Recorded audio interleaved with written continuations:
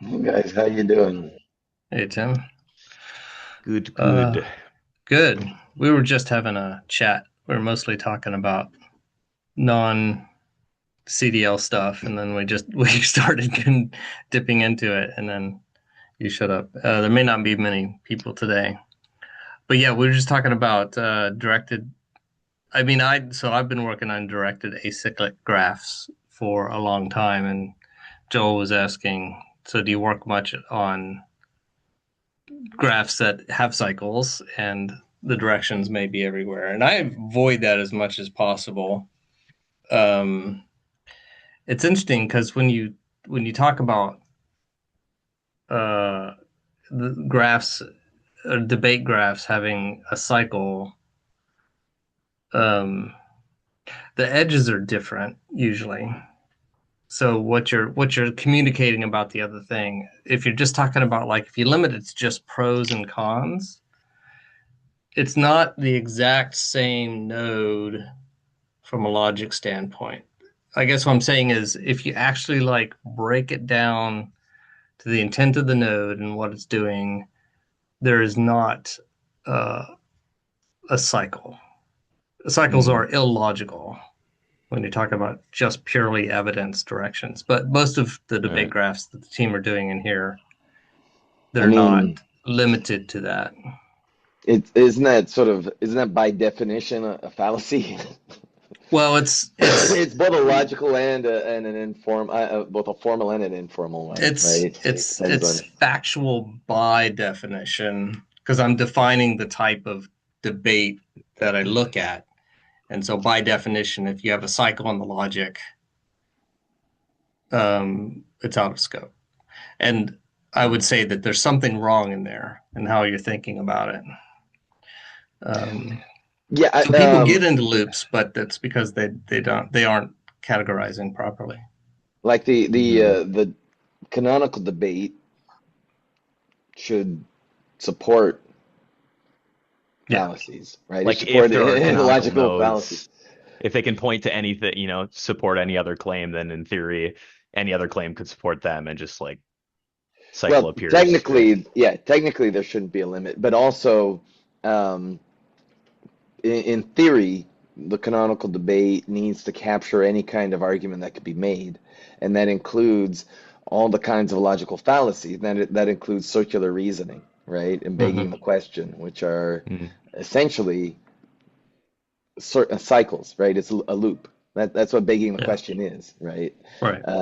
So it needs to support it, and then they're like people need to be able to point out somewhere that you're begging the question, or you know. Yeah, I'm Yeah, sure there could be some sort right. of UI that or like behind the scenes, you like traverse, look for cycles, and then like point out, hey, this is, some maybe you could refactor something here. I don't know, but It's interesting, Bentley, that when you say like the kind of debate you're trying to capture um, shows that an error in the structure if this happens.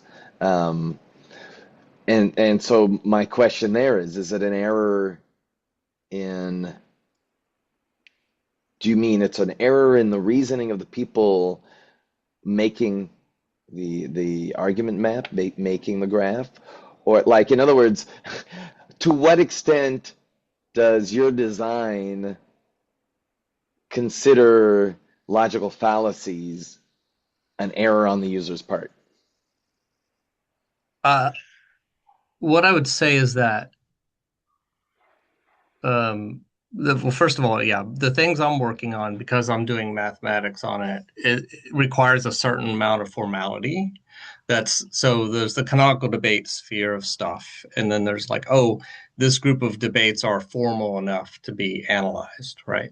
So yeah, but it depends on the type of logical fallacy. Some Yeah. fallacies are just Well, let me ask about the right. mathematical part then, which is, Mhm.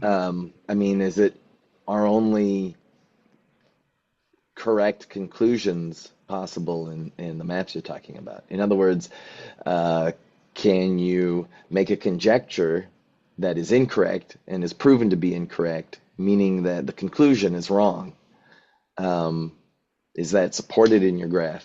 Well, the in in theory, it would, yeah, I mean, the score ranges from negative 100 to positive 100. So, yeah, I mean, it's Uh, designed to put a Wouldn't you mathematical just score on correctness, and then, there there's two different expressions, and one is like truthfulness, and then, um, like relevance or yeah, relevance. Yeah, wouldn't you so it just can be it can be untrue, and the That's system just your, what did you call it? Debate map score? Is it's that what we now used called for that? Reason Tracker. So it used to be Okay. Reason Score, Reasons. Yeah. but it's Reason Tracker now because Hmm. Score sounded too final. Tracker sounds like a process. So yeah, you back to the mention about like circular reasoning. I think my impression is that if we're not like making all nodes canonical, that when there is a circular kind of support, this supports that, supports in like a circle, like my impression is that you can like reword the claims in a way that like you're identifying maybe there's like a circular like A causes B causes A, like in reality, like there's actually a circular causation thing. And like you can reword the claims to like uh address that circularness without having the claims actually like point at each other. Um yeah, yeah. that's usually a lot of the corrections or formalization when you're putting in this is removing ambiguity from the claims because a lot of times people have the same claim and it loops in itself because they're just being ambiguous about it. I Mm, hadn't thought about causality loops, which are you know a part of life, right? Almost all life systems are a loop, right? Um, but when you're talking about evidence towards a claim, which is what the small scope that I'm doing, that I don't. Yeah, I have to think about that. like I And a lot of think the stuff I'm saying is still kind of theory. There definitely could be things that break it, and we have ways of making the math kind of ignore that. I'm just mm, until I find a good one that I can't break apart, I'm not going to code for it. mm,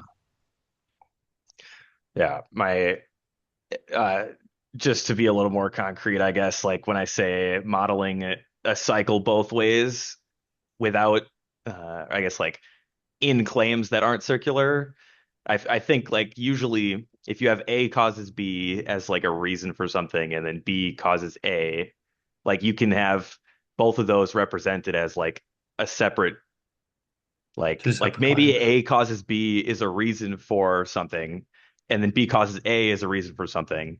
And you don't like those can just be like a support and a critique or something. They don't have to like directly, I don't know, go against each other or Yeah. uh yeah, do something circular necessarily. But I also haven't thoroughly thought about that. But that's Yeah. just my impression, The I smallest guess. things where you really need a concrete example to think through it.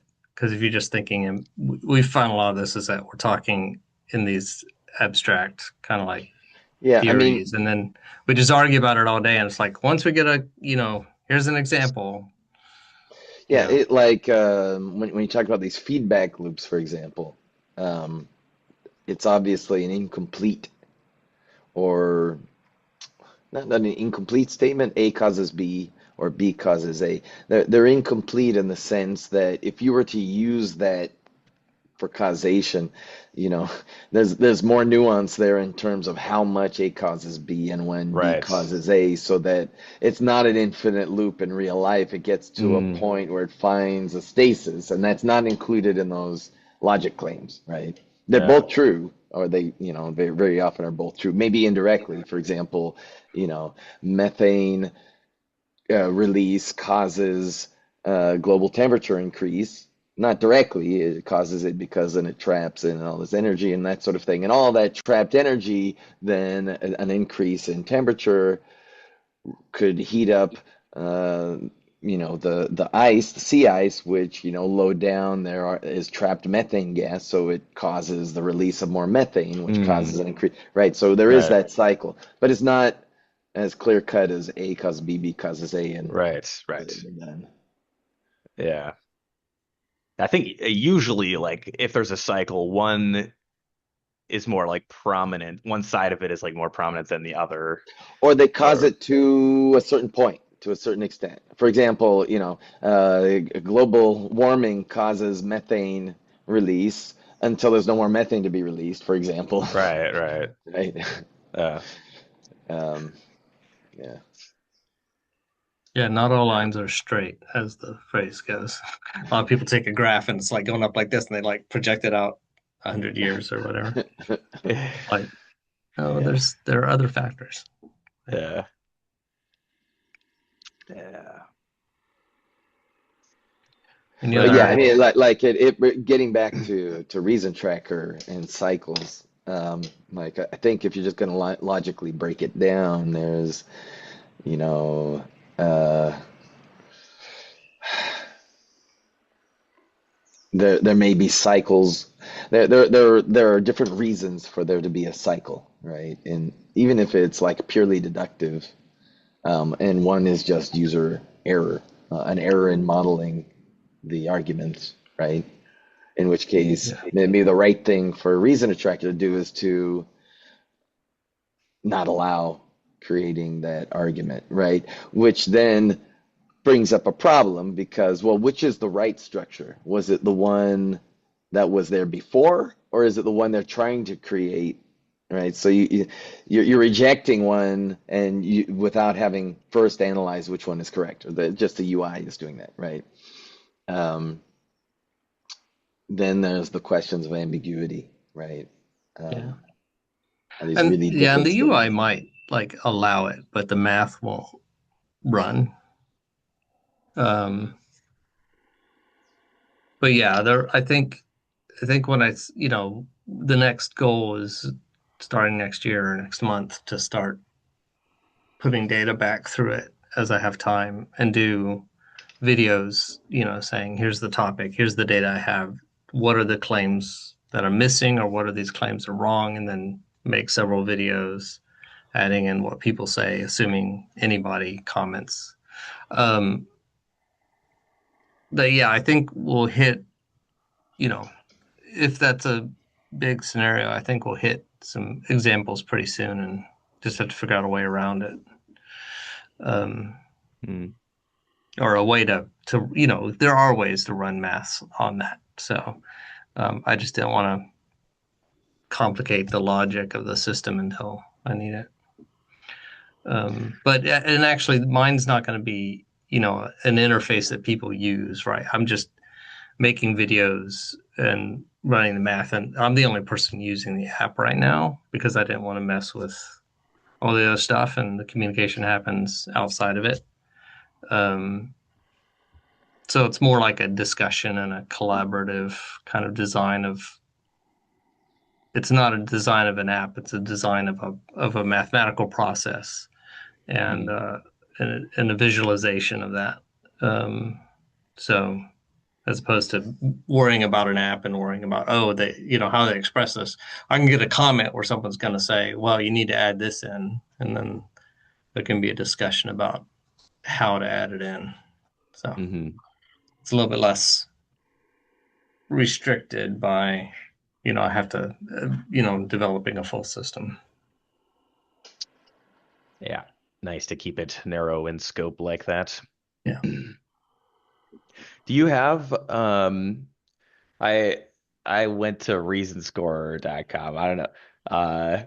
Do you have notes somewhere about like your current calculation strategy or uh Um,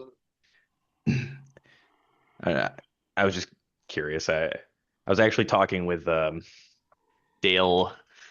Drarid in the Discord about he was thinking about scoring calculations recently. I feel like it could be relevant. Um, I don't know. What do you? Yeah, I don't. I'm trying to think of. I mean, I know I've written stuff. I just don't know where any of it is right now. Um, I've done quite a few videos on. I think it's my YouTube channel. So if Mm, you go to bentleydavis.com and then go to YouTube, I think in Reason Score, there's a video explainer. The video on the homepage is kind of an yeah. explainer. Okay. And then you can see the code in GitHub. It's just open source, so Mm, um, I don't know if there's a okay. link to it anywhere. Trying to see if I guess Well, I I don't know. got I to the go. Reason Score YouTube channel.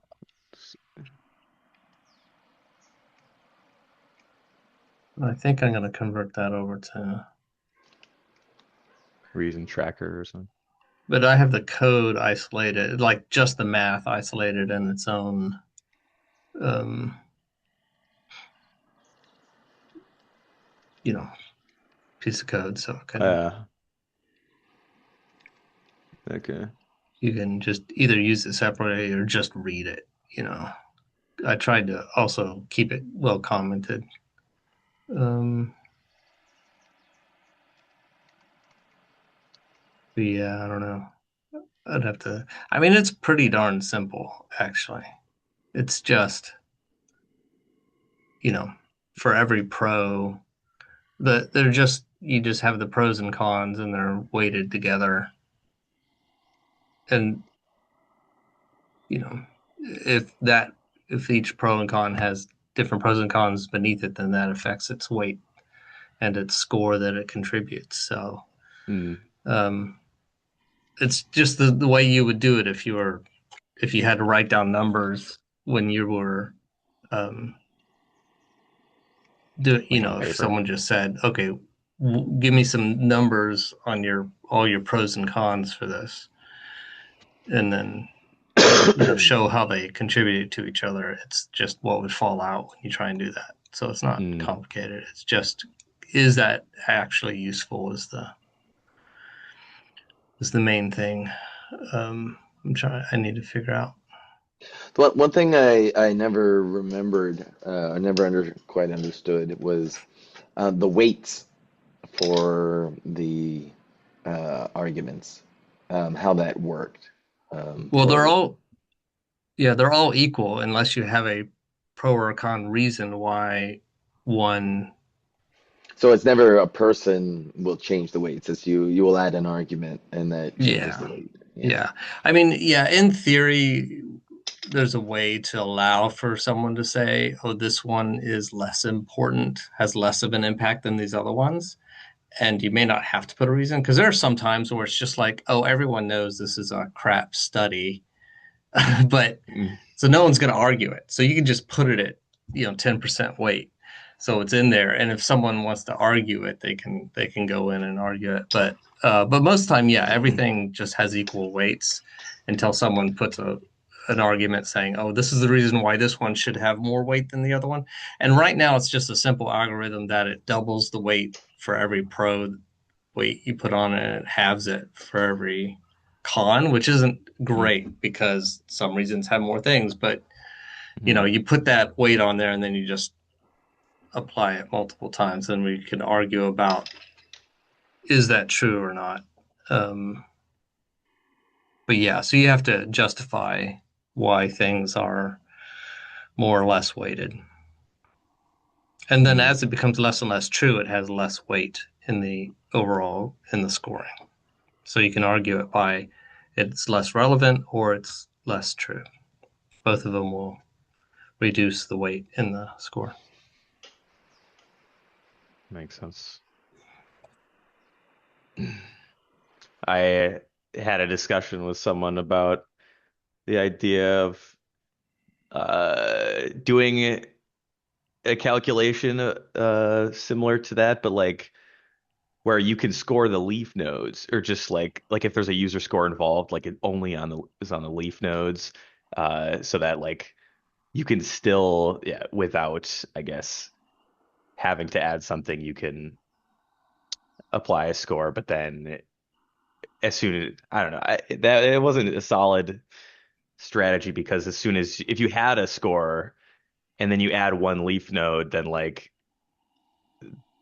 the leaf node might not be enough anyway, or maybe you have there are other leaf nodes to add, but you don't know what to add, and you want to score Well, if you don't know somehow. what But to add, you don't have a reason. yeah, I That's- mean, I then you should add it. Then it it's should be Well, that's 100%. yeah. I mean I that's very different from my design for canonical debate, which is every every claim, like truth value, you can put a score, and every argument you could put a score on relevance, right? mm, Um, well, and I well, but the question is, what is the meaning of that, right?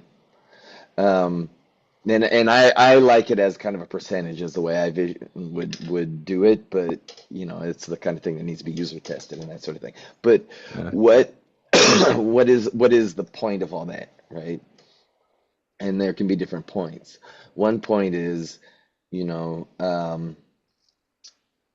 to essentially voting, where it's all public and it all adds up, accumulates globally, and you see what people think, which is, you know, a popularity contest to some degree, which is something, I would like to enable as a view on it, but certainly not the whole point of the system. Um, Yeah. Another angle is just so you get a feel of it's a way for you to analyze your feelings and thoughts about mm, a debate, about different arguments and things. And one of the goals is like at any level, it's interesting because you can have your own feeling about something. Like for example, for me, like the go-to would be maybe abortion, whether abortion should be illegal. Um, and what's so hard about these debates, there's so many different angles on that because abortion seems like a debate, but should abortion be illegal? Well, what kind of abortion?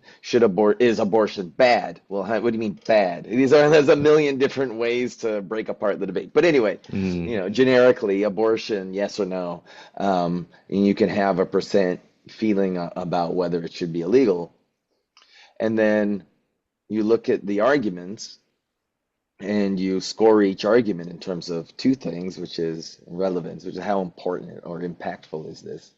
Abortion is murder. Murder. Well, if abortion is murder, that's pretty impactful, right? mm, Abortion, like lack of choice about abortion leads to really bad outcomes for a lot of people on the average study shows or whatever. It mm, maybe in terms of the consequentialist argument, it's a very bad approach to make it illegal. That's also really important. So that would be weighted heavily, right? That sort of thing. Well, abortion is an expensive treatment to support by the government. That's not such a big.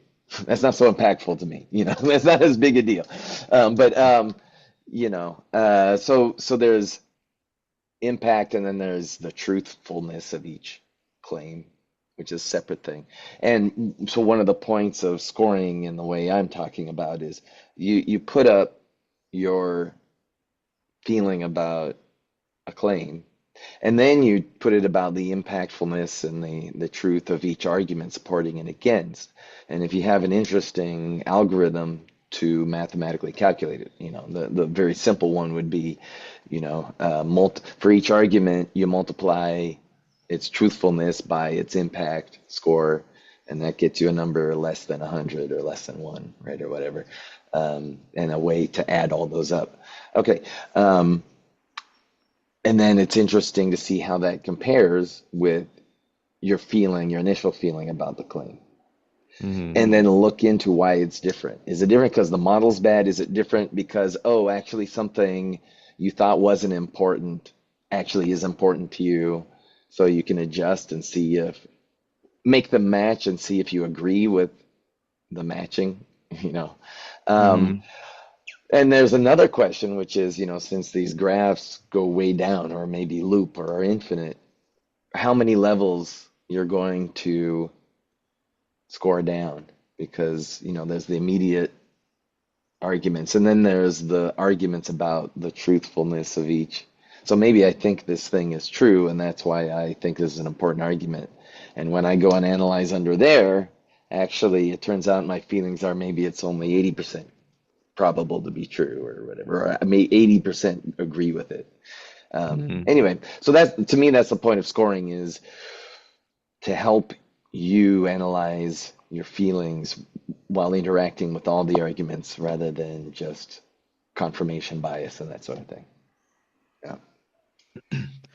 Yeah, I think I totally agree that there's many different like goals of scoring, and I am a fan of like the user specifying their just like feeling score and being able to compare that. I feel like if you just have the score, just the calculated score without the user score, it might be I guess it seems to me like it's just like kind of harder to make a comparison because you haven't like chosen your own number. Well, And that's already a bias, right? It already biases a user's viewpoint if you show them beforehand. I forget what the bias is, the bandwagon Anchor, effect or whatever.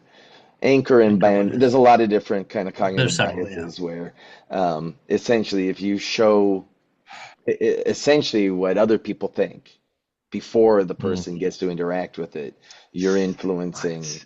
their opinion. Especially if you then tie it to, and this is why like this sort of thing to me needs to be anonymous. Not anonymous in the sense of like no users whatsoever, but I think it should be one user per person, but anonymous, right? Somehow tie it so there's no bots and there's no double voting and that sort of thing. But anyway, um, Mm, if you tie it to people in this political party think this and people in this political party think that, that also biases your opinion before you've interacted with the statements. yeah. Yeah, but at the same time, I guess if you did a fully user score based thing, uh, then I guess it could also be nice to have the calculation that is like not based on user scores to kind of like have like some sort of check. It's like I guess it's just like an additional bias check of, well, am I really, do all of these factors really not matter to me? You know, if there's like a million critiques and one support, but you're like really in support of this thing, like the automatic calculation without scores might help, you know, just like make you take another second, I guess, to ask that. Do these all Yeah, I really think matter? that would be a next step because it's not like it's irrelevant what experts think or what certain types of experts think or what people who generally agree with you think. Those are actually important. But it's hard to extract the good sides of that without bringing the bad sides of bias, right? Uh, Well, so I mean, I think the main value in having an automated score and then the emotional score is the wrong word, but where people are like putting in their intuition or intuition, right? On the separate claims is that if the automated score doesn't match your intuition, it means one of three things. It's like either there's some information that hasn't been put into the system yet, so it's not being used, and that's why your score is different, or there's some information in there that you're not aware of and are not taking into account, or the weights um, need to be and to adjust the weight you have to put in more information, so that actually falls in under something's missing. um, but that also what it points to is that two people who disagree don't know why they disagree until they go in and look at the claims underneath. And most people honestly don't have the enough neurons in their brain to actually calculate. Humans do not have enough calculating power for most debates that people are disagreeing on today. Yeah, so and no, ain't nobody got time for that, right? Like what I No really would individual like to do, person, yeah. yeah. What I would really hope would come out of this is just a more fundamental grounding of public debate in shared facts. Or if not, I use facts loosely, really shared arguments, a shared vision of the actual debate, right? And with that comes a lot of things like the understanding of the importance of a good, well-founded argument, the um, importance of precision in your debate, because political debate these days is all about, fabricating words that sound good and get you out any sticky counterattacks or whatever, right?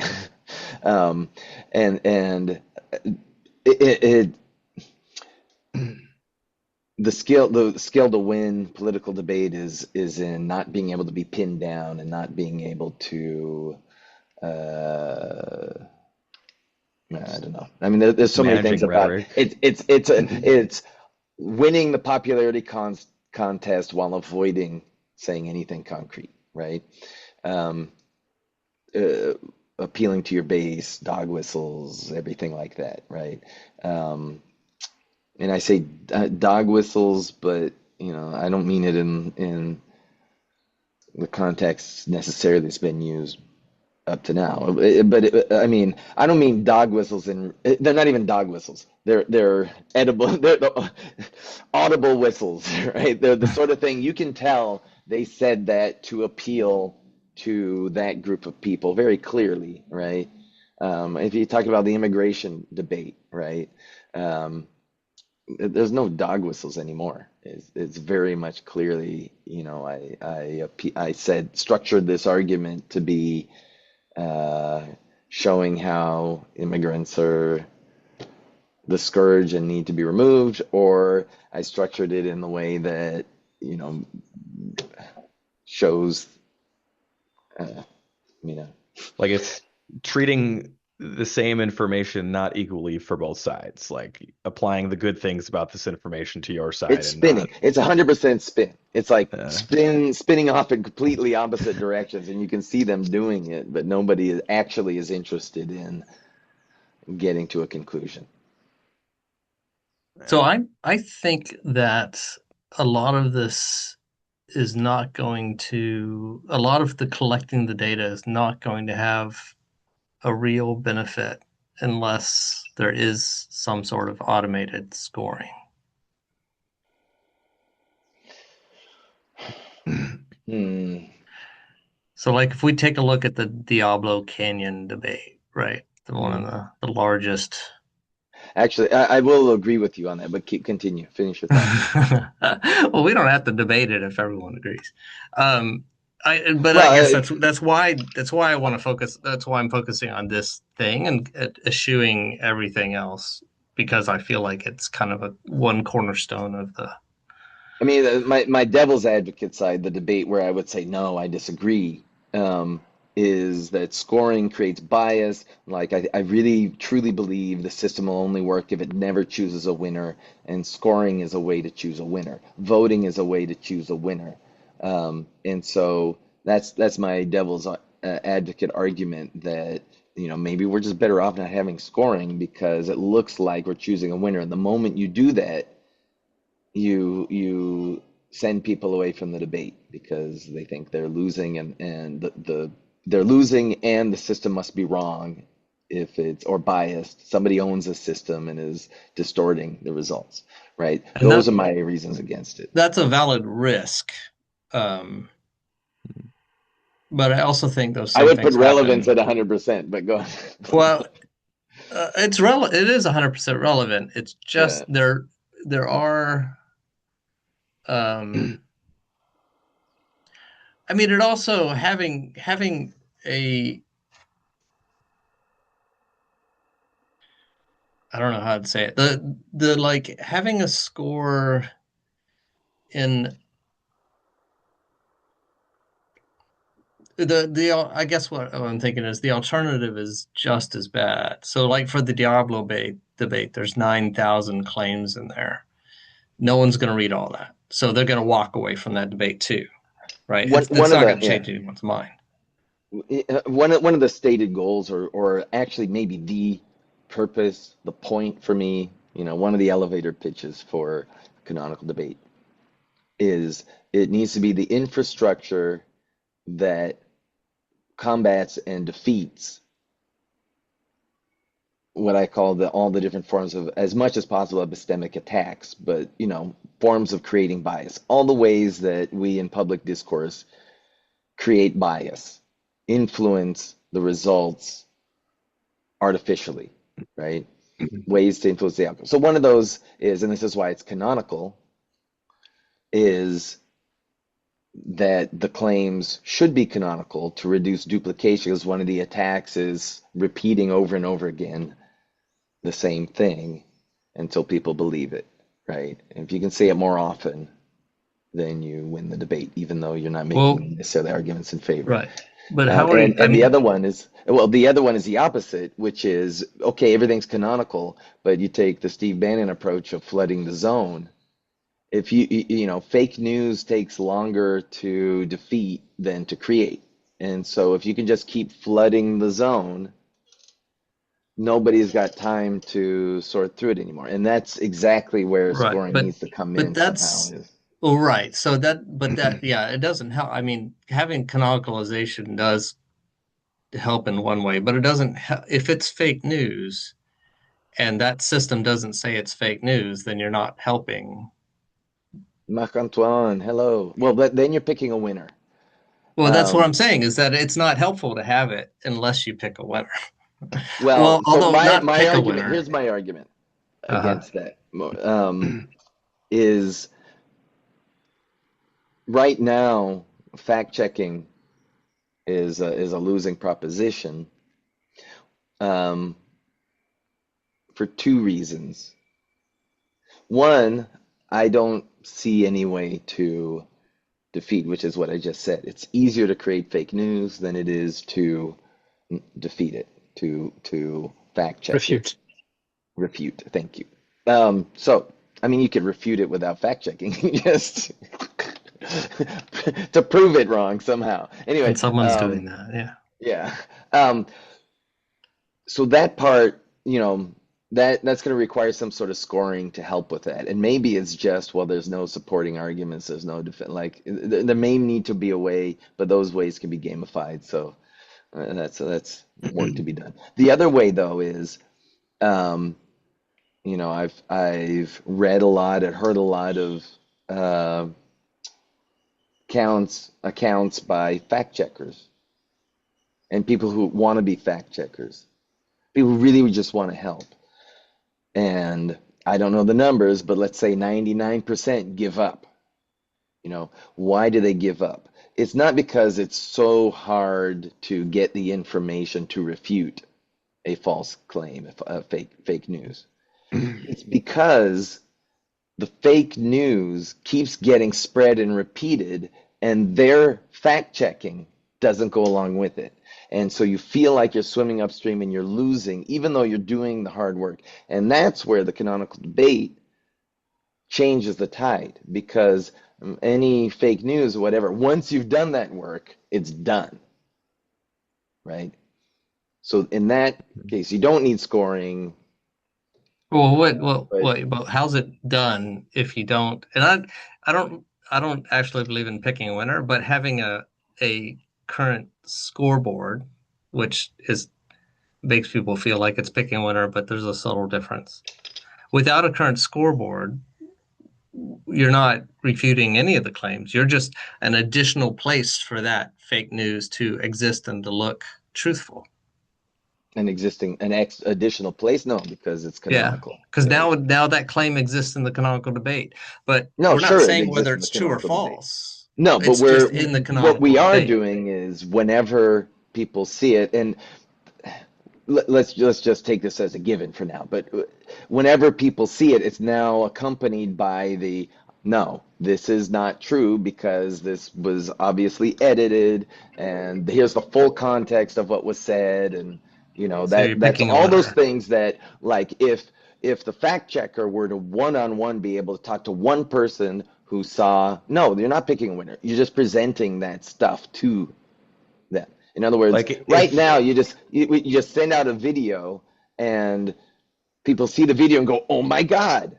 But it's what they don't know about it that undoes it, right? It's, oh yeah, but did you know that they cut out the word "not" before he said "should"? After he said "should," we should something. They cut out the word "not," so they totally changed what he said. Whatever. Um, a lot of times with fake news, the you don't need to say the answer. You just need to give the information because it's pretty obvious once you explain what happened there that people go, oh, okay, never mind. Um, I think like in that example, you don't necessarily need to pick a winner with a score if the UI has like you know if like the scores could be hidden and just like sort, I guess, the most voted critique to the top or something, and then like you don't know what the scores are, but maybe like it knows to show these top few things like as, hey, look at this first or something like that. I think that is important because otherwise, if I were behind the fake news, I'd give a bunch of bogus arguments against my own point to Mm. drown the real arguments, drown the real argument. Uh, uh, It's strategy is a thing. So look at how weak the counter arguments are. Most of the counter arguments are that I've yeah, sort of puppeted straw myself. manning. I Yeah, guess, Straw, yeah. yeah, I guess straw I'm mining not the as concerned so about the scoring matters. arguments. Yeah, I guess I'm not concerned with the arguments that can be solved by one or two sentences. I mean, yes, those Oh, I exist, am and that's because the I fake think news those thing. are the things that dominate our politics right But now. those aren't the things that change people's minds. Hmm. No, that's interesting. Uh, I mean, if you had a large collection of them and they read all of them, but Well, but you that's could that's what I think disprove. they are, and But that's what if I you think. have one, if you have several false claims and the person, I mean, it sounds like you're saying a system that automatically accompanies it, and I know that's great. I don't know that that's something that we can make exist. Well, yeah, my argument there would be like Wikipedia or something. Yeah, If this someplace were someone could go successful, it, to look it, it it up. would like a dereliction of duty. It would be really be stupid if you didn't look it up first before you started going and arguing because it's right there, and the person you go and argue with is like, "Hey, idiot," right? So if it becomes the canonical place to put this information, you'd be an Right. idiot to go off and spout off about something without looking it up first. And And at that's where least I think someone could put a comment with a link to the claim and say, exactly. right. Yeah. Okay, but what I'm saying is that that's good and useful. Um, the the problem is that I think a lot of times people will see, oh, the claim, they'll cheer it for their side, and then oh, someone puts up the CDL and it's like, oh, that claim's wrong. Okay, my side made a mistake, or maybe he's an idiot or something like that. But that's not, if I don't see all of those in a place against with the other things, I'm not gonna there's it's just not, I don't think that that's gonna get it to where you get people to agree on these huge things that we're disagreeing on. It helps, but Well, I don't see it okay. as a I solve, as mean, opposed to what? as opposed to the reason tracker thing that I'm working on, to where you have something that has all of those fake things claimed and with the mathematical. score that then people can adjust the score by adding I mean, my claims problem to with it. your approach is it Mhm. is the easiest infinite regression gamification engine possible. If there's that high of stakes where, you elect the president of the most powerful country in the world based on this mathematical score, you're going to get infinite regression arguments.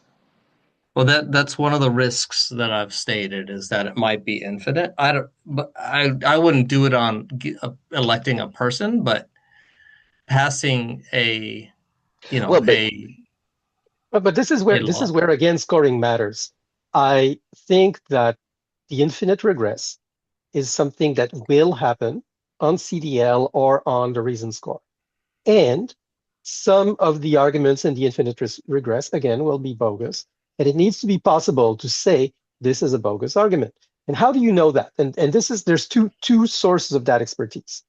There's, somebody competent is saying that's a bogus argument, and that's appeal to authority, and it's got its limits, but it's got its usefulness. And saying nobody got convinced by this, and this is the delta change my mind approach, and or the global mind algorithm that Felix was working on. And I think that it's really important to be able to say this argument convinced no fucking body, and so we can just forget it, even if it was wherever it was in the infinite regress thing. Um, but the fact that for me, infinite regress is actually important. Like knowing, there will be counter arguments that are bogus, and that needs to have the counter argument and or the counter argument. That needs to be there in a possibility. And oh, look, all the refutations being refuted, or all the refutations being refuted by refutations that themselves being refuted. You want to know that. Like, is there basically a refutation that is live against your argument? Not the bogus ones, but the live ones. And how do you know it's live? Well, there's no live argument against them. And again, live is defined by somebody got convinced by that. And that's a very human thing. And then you can look at expertise about nobody believable, because there again will be suck puppet pretending that they got convinced by this. Because that's also, we don't, and that's one of the big problems. I don't think I don't know if it's in scope for you to solve the problem of proof of humanity. Like Uh, credibility. See, I think that's kind of a different angle. I think if this claim didn't convince anyone, there's a reason why it didn't convince anyone, and so why don't we exactly. state that? Yeah, What but one one of the problems with that, maybe I haven't seen your scoring in a while, Bentley, um, is like, it may just take a really simple argument to defeat it. Um, Yeah, I like, mean, if you have a claim and you have one single con against it, it's completely negated. right. and that's not good because I could make a perfectly spurious con argument, No, and it but may But be then then easy you to can, no, delete. wait, well, no, That but may you be okay. easy could to then, delete, but it has to be done. no, But but if then you it's could counter the spurious argument with this. This Yeah, is exactly. spurious, right? Yeah. Well, no, but well, there is a This is something that will happen. there's a Right. finite number of intelligible sentences that are spurious. No, there's an infinite, like any combination of words is a spurious argument. It's Right, countable. but if it's I'll just but if admit it's it's countable. intelligible, if you have a system that says, I mean, even with the So, simple AI right now, this is not a meaningful sentence. It has no conceptual. so So there would be a way to like. Well, I mean, first of It's all, still the mine number is of fully my system right meaningful now. sentences One probably is infinite. fully curated, so it's not. It's what? not Yeah, if it's there is that kind curated, of that's yeah, It that's eliminates issue. my original and probably final proposal for the canonical debate would include curation. But there is, I believe it's possible. I know it's possible to some degree, and I don't know to what degree, to automatically calculate relevance.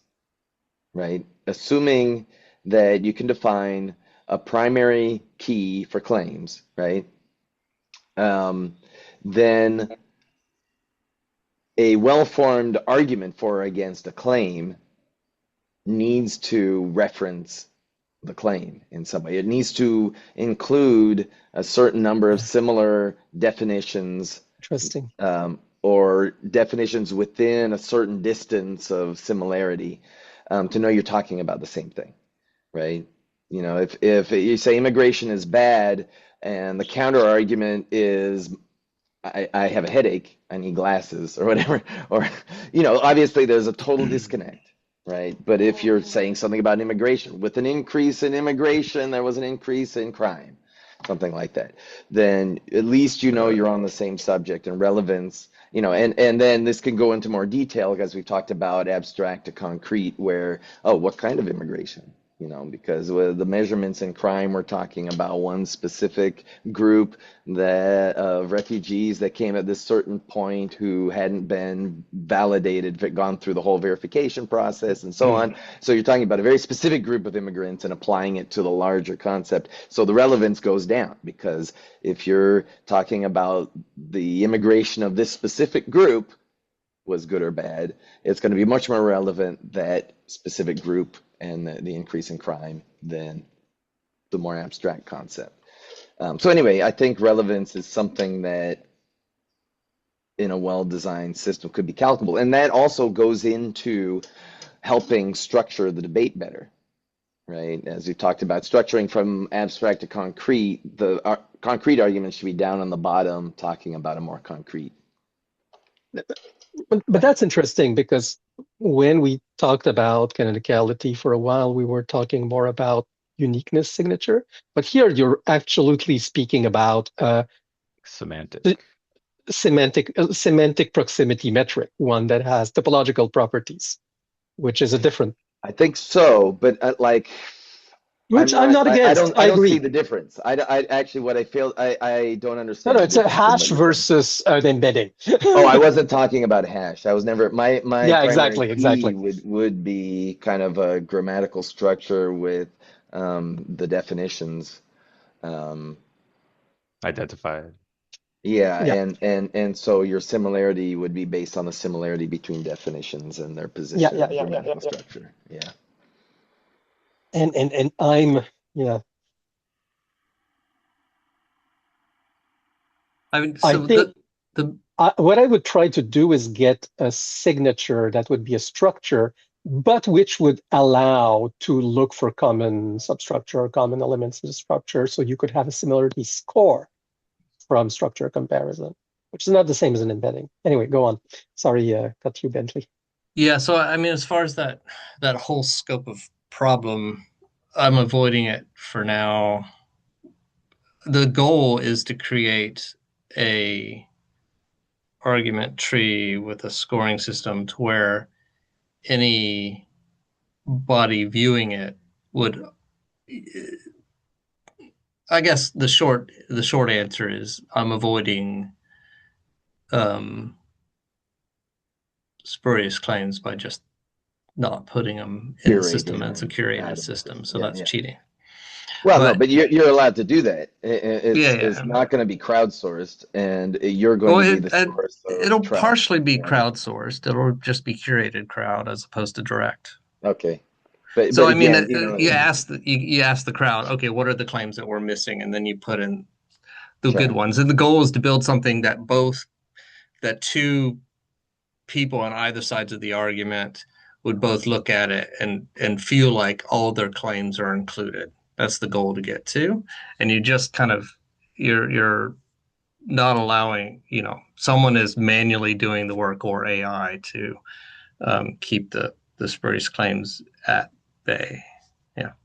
Yeah, yeah, Yeah, for me, crowdsourcing is important, but like full crowdsourcing, but Yeah. then you need a score to say, this person keeps inserting spurious claims. So You in my need project, it would be one account per human, right? It would require that sort of human verification, right? Yeah, proof of humanity is hard, and I keep hoping somebody else will solve it, but we're not going in that direction, are we? I see I mean, people there's several working people on it, working but I on don't. it. Yeah, yeah. They've been working on it for a decade or so, but Exactly. maybe. It's like nuclear fusion in 5 years. Right. It's always 5 years away, no matter how long they've been working on Yeah. it. And we didn't really do app updates, but I don't have any. And Joel said he's kind of refactoring and playing around. Although I guess one thing now that we have the video on is to say that Joel is looking for beta testers, and the Canonical Debate Lab family should be willing to help. Um, so when you kind of want that, Joel, if you just want to make a posting, and um, I'll do a call out to the community to Sounds great. support you in that. Yeah, Cool. I haven't been using Discord, so I'm missing all the like any sort of call outs in the discussions. I guess I got to get into it, but uh, I haven't had time in my Maybe machine email to really. Tim directly when Yeah. Okay, is there a way I can set something up on Discord that when I'm at mentioned, it sends me an email? I feel like they're probably I do get is. emails. I get them from a couple other groups when they kind of at mention all, here's a new thing or whatever. Sometimes they'll yeah, be and good. that might be set up. We just don't Huh. use that, so you may not have seen any. So we Yeah. can do an at, but for something like that, for like a call to participation, that's something I think we could do an at all for, because that's one of the things that as a community we should be doing. Yes. There's several other things as a community we should be doing that we're not, but Uh, that's maybe one we can. yeah. My Hmm. update is that I haven't been doing anything, but I'm trying to get back into my goal of writing a book, right? Which means I need to start spending more time reading and collecting academic sources and trade book sources and that sort of thing and Right. examples.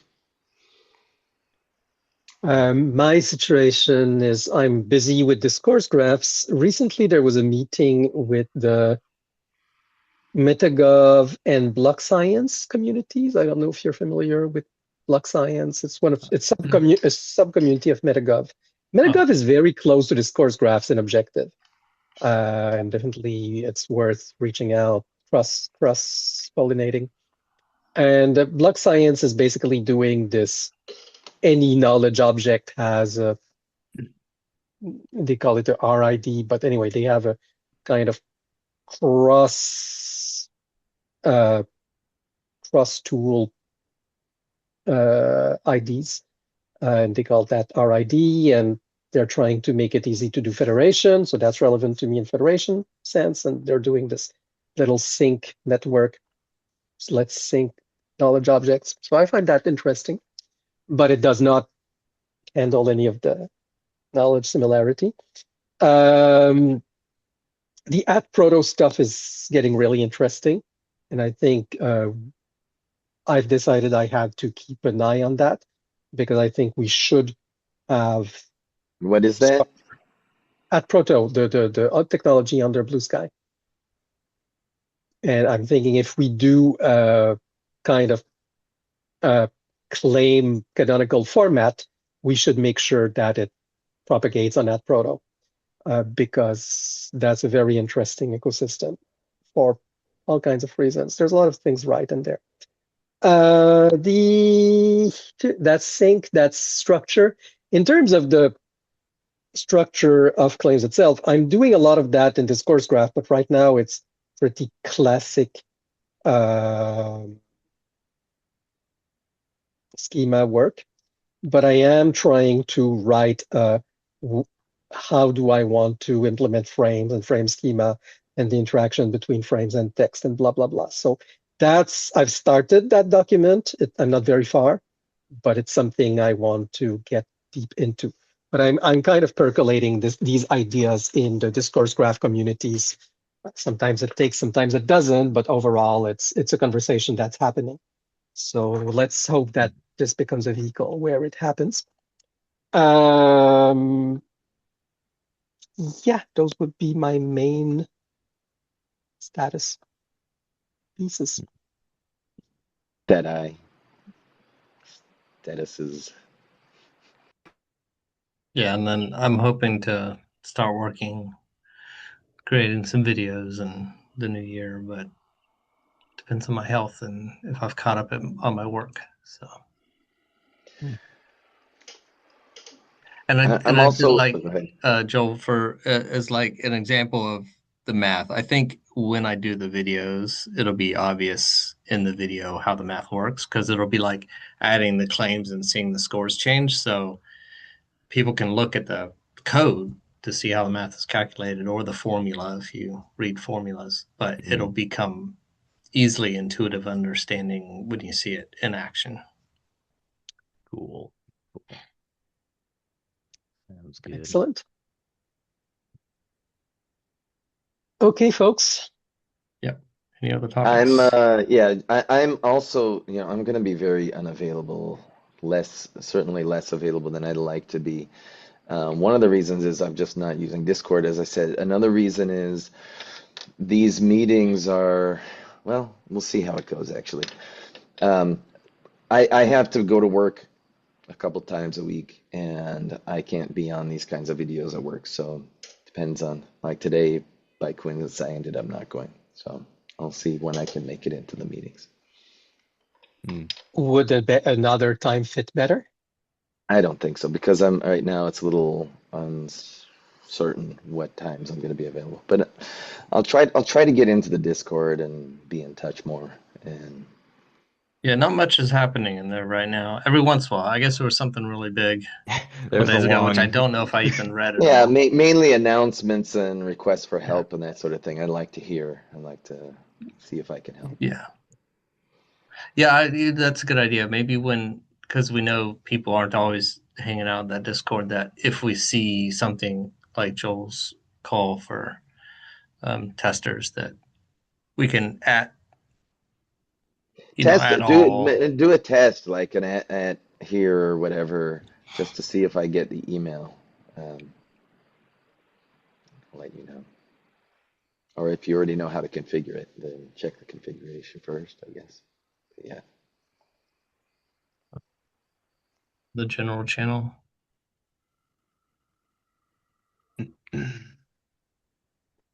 Anyways, but Okay, folks. yeah, I think that's it. Have a good weekend. And sorry for coming late and all that. No problem. Bye, everybody. See ya.